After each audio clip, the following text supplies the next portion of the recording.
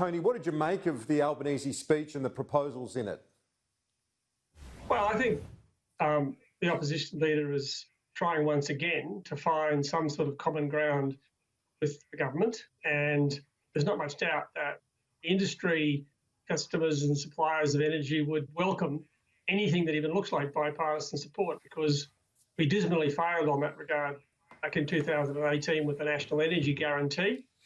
There's not a lot of particular substance here, but if it's an olive branch to start a conversation, then maybe there's a little bit in there that could begin that conversation, such as the technology roadmap idea. He did also express support for carbon capture and storage and therefore clean coal as a proposition. How does that fit into the mix? And does the market suggest that we'll see that happen anyway? Well, I think the term clean coal is used for capturing carbon dioxide from fossil fuel production such as gas or coal and burying that rubbish somewhere underground. And it's proved so difficult for many, many years so far. It works technically, remains relatively expensive to do, and in the absence of some form of significant incentive, such as a carbon price, it's hard to see it ever really getting off the ground.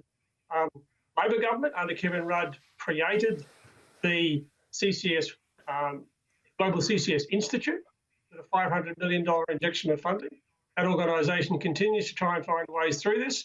And I guess to some extent Labor could take credit for that, and trying to therefore reconnect CCS does make sense.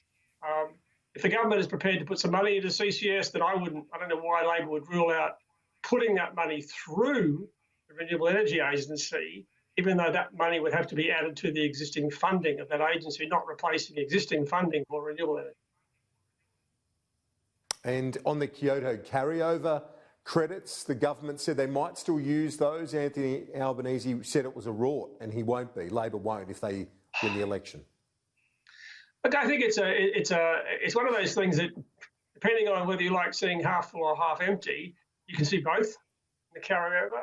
You can see up to a point, under certain circumstances, why it might be a useful last resort to get yourself across the line, but to include it as a fundamental part of your policy certainly is questionable.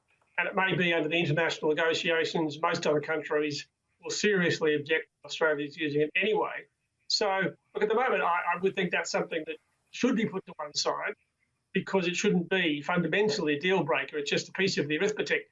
The real fundamental issue is, can we find some common ground to say, look, we both agree we want to get to zero emissions sometime in the future, Labor by 2050, government sometime in the second half of the century. Let's agree we know where we're going.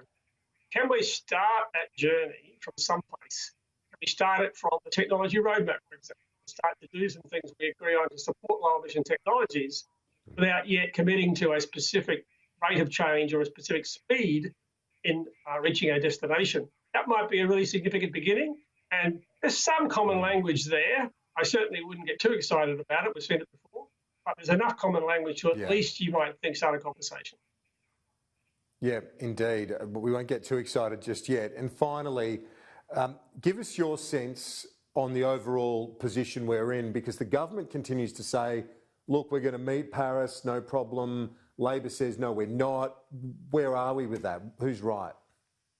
Well, given they're both assumptions about the future, they both could be right. Either could be right. They both can't be literally correct. We either will or we won't.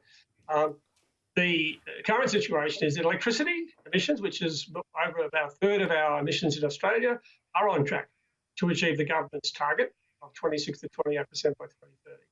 Most other numbers that I've seen published would say, under current projections, we're not on track to that target. Now, that doesn't say we can't, or that things that happen between now, 2020 and 2030, won't get us there. So I can come up with some assumptions and say, look, if you believe these assumptions, we'll get there. If you don't, we won't. That's about where we are. We're debating about assumptions about things which are right now unknowable. And therefore, in some ways, you'd say, look, put that aside as well. Let's just focus on making real progress towards that 26% target, ideally with things that are substantial. Clearly, neither party is looking for an economy-wide carbon price. So whatever we do is going to be a compromise, I think. Tony Wood, Energy Program Director at the Grattan Institute. As always, thanks for your analysis. We'll talk to you soon.